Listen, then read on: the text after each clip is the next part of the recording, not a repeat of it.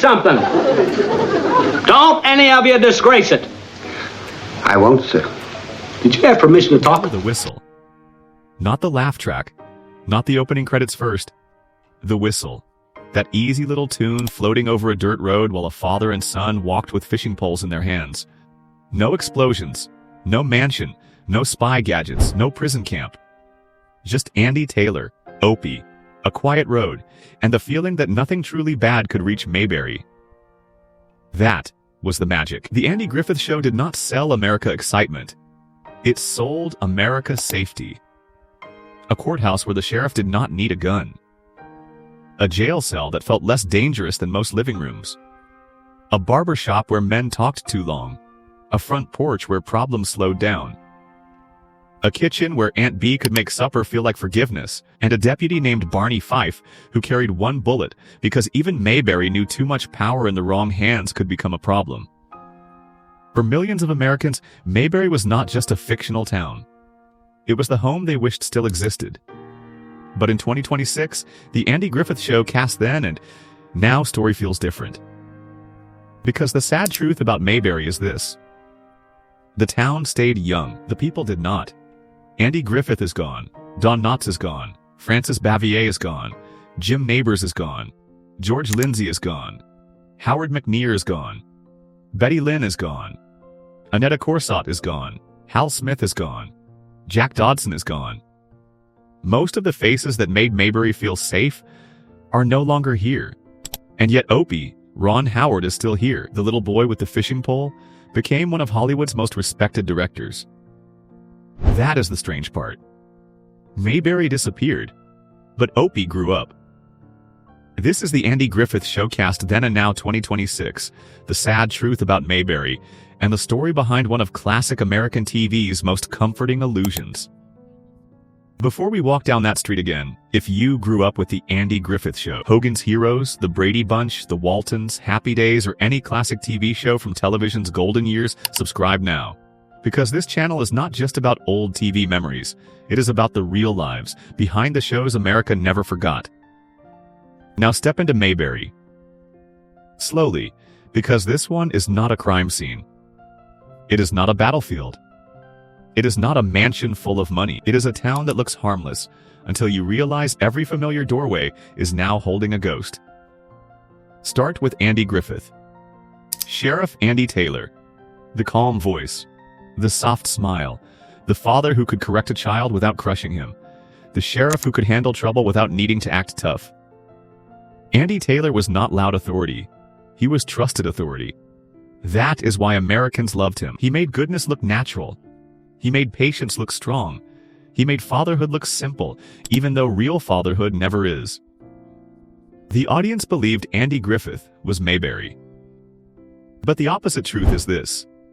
Andy Griffith had to survive life after Mayberry. And it was not as easy as fans imagine. When the Andy Griffith Show ended, he was not instantly free. He was famous, but famous for being one man. Sheriff Andy Taylor, the man in the courthouse, the father on the porch, the center of the safest town on television. After that kind of role, Hollywood does something cruel. It says it loves you, then refuses to see you any other way. Griffith later spoke about a long career dry spell after the show. That is the first hidden sadness.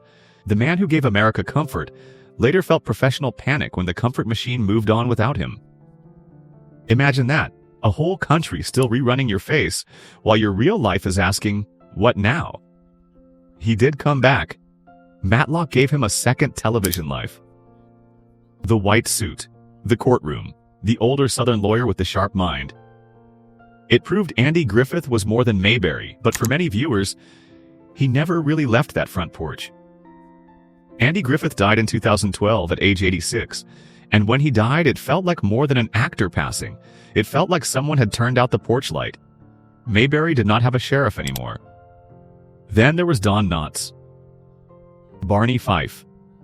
The nervous walk, the bug eyes, the sudden panic, the tiny body filled with enormous authority. Barney wanted to be brave so badly that his fear became beautiful. You remember the uniform, the one bullet, the speeches, The way he could turn a harmless situation into a 5-alarm emergency. Barney Fife was ridiculous. But here is why he worked. Every one of us has a Barney inside. The part that wants respect.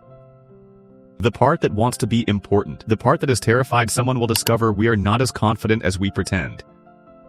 The audience believed Don Knotts was just a funny man. But the opposite truth is this. His comedy came from real nerves, real insecurity, real tension. He turned anxiety into art. And nobody did it better. Don Knotts won 5 Emmy Awards for playing Barney Fife.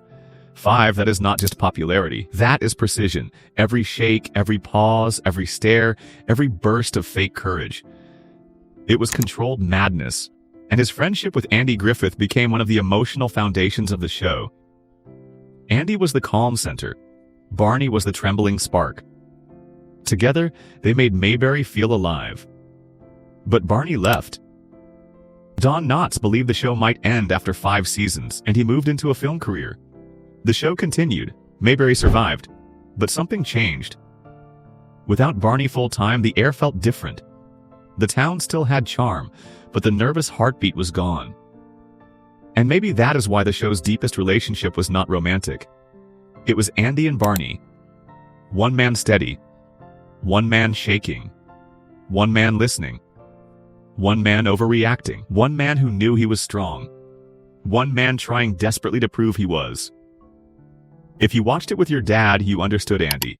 If you watched it as a nervous kid, you understood Barney. And if you watch it now, older than you were then, you understand both. That is what made the friendship believable. Andy did not laugh at Barney like a stranger. He laughed at him like family, and then he protected him from the world. That is why Don Knotts leaving hurt the show so much. It was not only a cast change, it was like someone had removed one side of the town's soul. Mayberry could still smile. But the balance was different. The porch was still there. The courthouse was still there. But the tiny storm inside Barney Fife was missing, and sometimes the people who make us laugh the hardest are the ones holding the most fear inside. Knotts later found another generation of fans as Mr. Furley on Three's Company.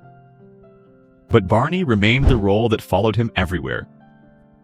Don Knotts died in 2006 at age 81 from pulmonary and respiratory complications of pneumonia related to lung cancer. And now the one bullet sits in memory. The deputy who was afraid of everything became one of the bravest comic performances in American television. Then there was Ron Howard. Opie, the child at the center of the opening whistle. The red hair. The serious little face.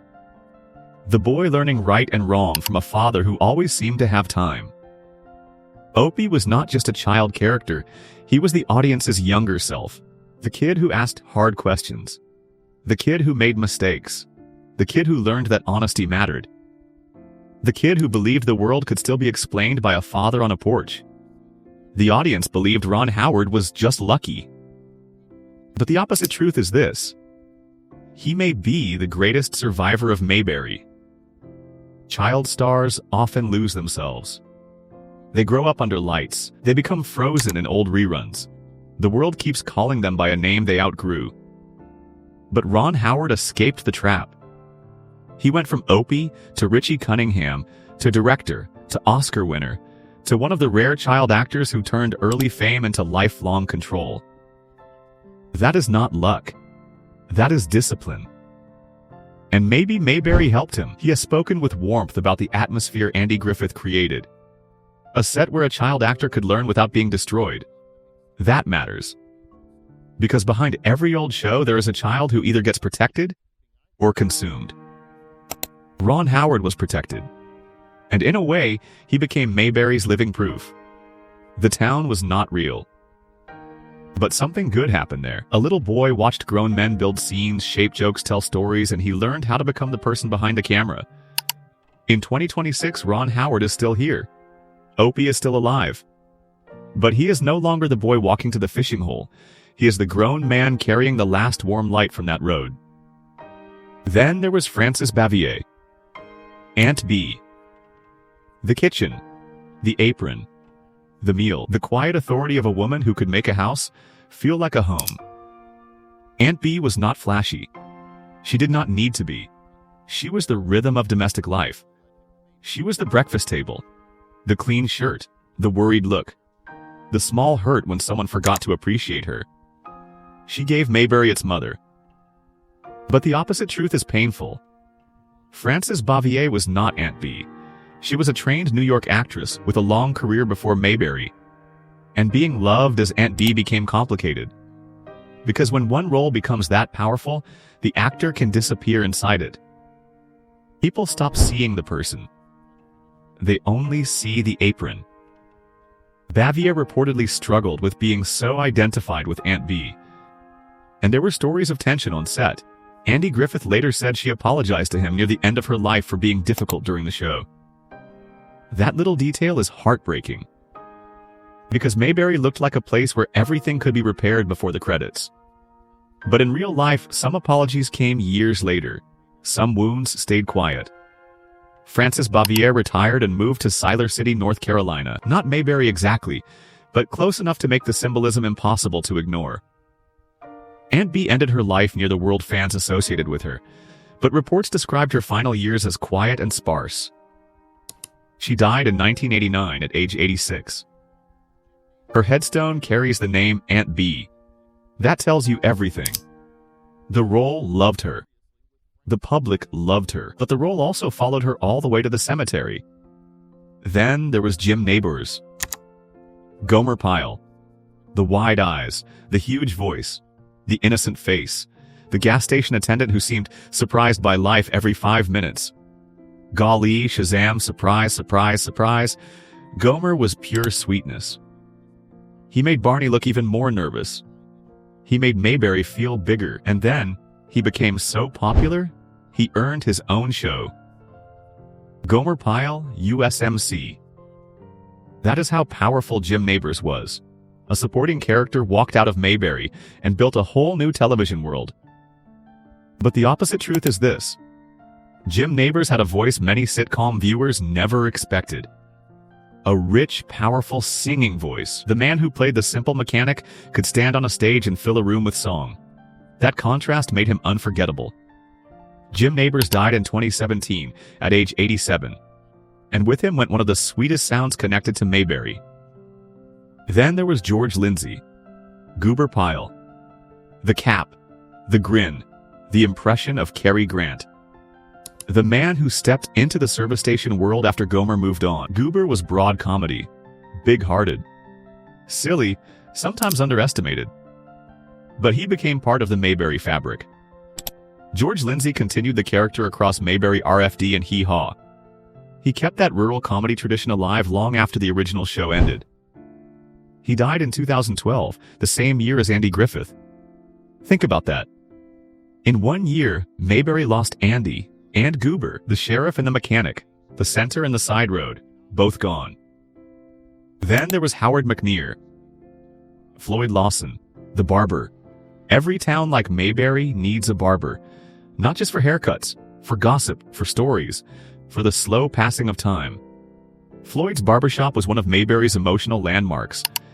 You could almost smell the talcum powder, hear the clippers, feel the chair turning. But Howard McNear suffered a stroke during the run of the show. When he returned, the production adjusted around his physical limitations. That is one of the quieter human stories behind the series. The barber chair became more than scenery. It helped hold a man in place. Howard McNear died in 1969, not long after the original series ended.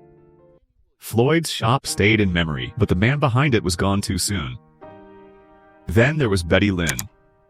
Thelma Lou. Barney's sweetheart. The gentle smile. The patience. The woman who somehow loved Barney Fife, even when Barney made that difficult. Thelma Lou represented the life Barney could have had if fear had not kept getting in the way. Betty Lynn lived long enough to become one of the show's beloved living links. She moved to Mount Airy, North Carolina, the town connected to the Mayberry legend, and met fans for years. That is beautiful. She did not run from Thelma Lou. She embraced the people who loved her. But in 2021, Betty Lynn died at age 95. And when she died, it felt like Barney lost Thelma Lou all over again. Then there was Annetta Corsott, Helen Crump, the school teacher, Andy's love, the woman who eventually became part of Andy Taylor's future. Helen arrived after the show had already built its world. She was sharper than some fans remember. Not just sweet, not just decorative. She challenged Andy. She gave him a life beyond being sheriff and father. Annetta Corsott died in 1995 at age 62 from cancer. Too young, and her story carries one of the more complicated shadows around the show, because later accounts discussed a private romantic connection between her and Andy Griffith. Mayberry looked morally simple. Real life was not. That is not an attack on the show. It is the truth about people. The screen gives us clean lines. Life gives us blurred ones. And then there were the others. Hal Smith, Otis Campbell, the town drunk who somehow became harmless in Mayberry's gentle world. He died in 1994. Jack Dodson, Howard Sprague, the county clerk with the uneasy voice and careful manner. He died in 1994 too. Hope Summers, Clara Edwards, the church lady energy, the neighbor presence, gone in 1979. Maggie Peterson, Charlene Darling, the musical Mountain Girl sweetness, gone in 2022. Denver Pyle, Briscoe Darling, gone in 1997. One by one, Mayberry emptied out. Not suddenly. That would have been easier to notice. It happened the way life really happens. A name in the news. A memory on television. A reunion missing someone. A familiar face already gone before you realized how much they meant. And that is the sad truth about Mayberry. It was never just a town. It was a promise that problems could be solved gently, a promise that fathers had answers, a promise that neighbors knew your name, a promise that even the town drunk could sleep safely in a jail cell, a promise that a nervous deputy could still be loved, a promise that a child could grow up surrounded by adults who cared. But America changed. Families changed. Television changed. The front porch got quieter. The barbershops closed. The small-town streets became memories, and the people who made Mayberry feel permanent began to disappear. Now look at the roll call. Andy Griffith? Gone. Don Knotts gone. Francis Bavier gone. Jim Neighbors gone. George Lindsay gone. Howard McNear gone. Betty Lynn gone. Annetta Corsott gone. Hal Smith gone. Jack Dodson gone. But Ron Howard, still here. Eleanor Donahue, who played Ellie Walker, still here. Clint Howard, Little Leon, still here. And that matters. Because Mayberry is not completely silent. A few living links remain.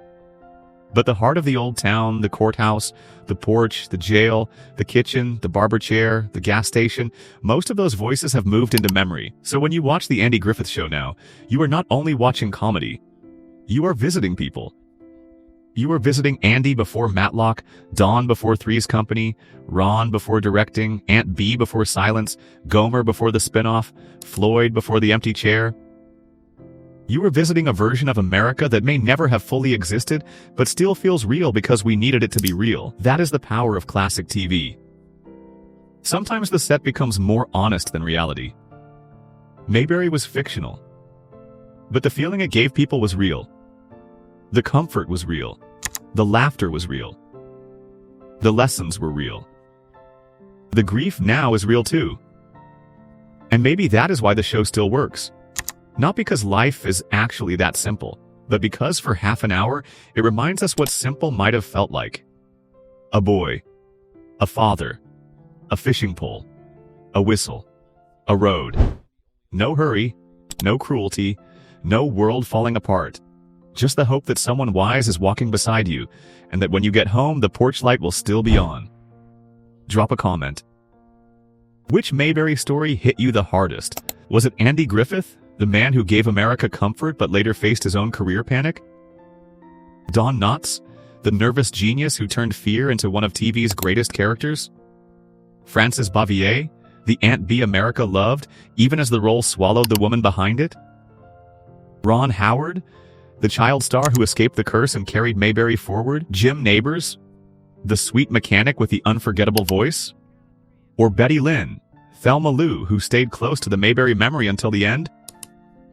And if you grew up with the Andy Griffith Show, the Brady Bunch, the Waltons, Hogan's Heroes, Happy Days, or any classic American TV show from television's golden years, subscribe because the next Cast Then and Now story goes deeper into the stars America loved and the real lives fame could not protect.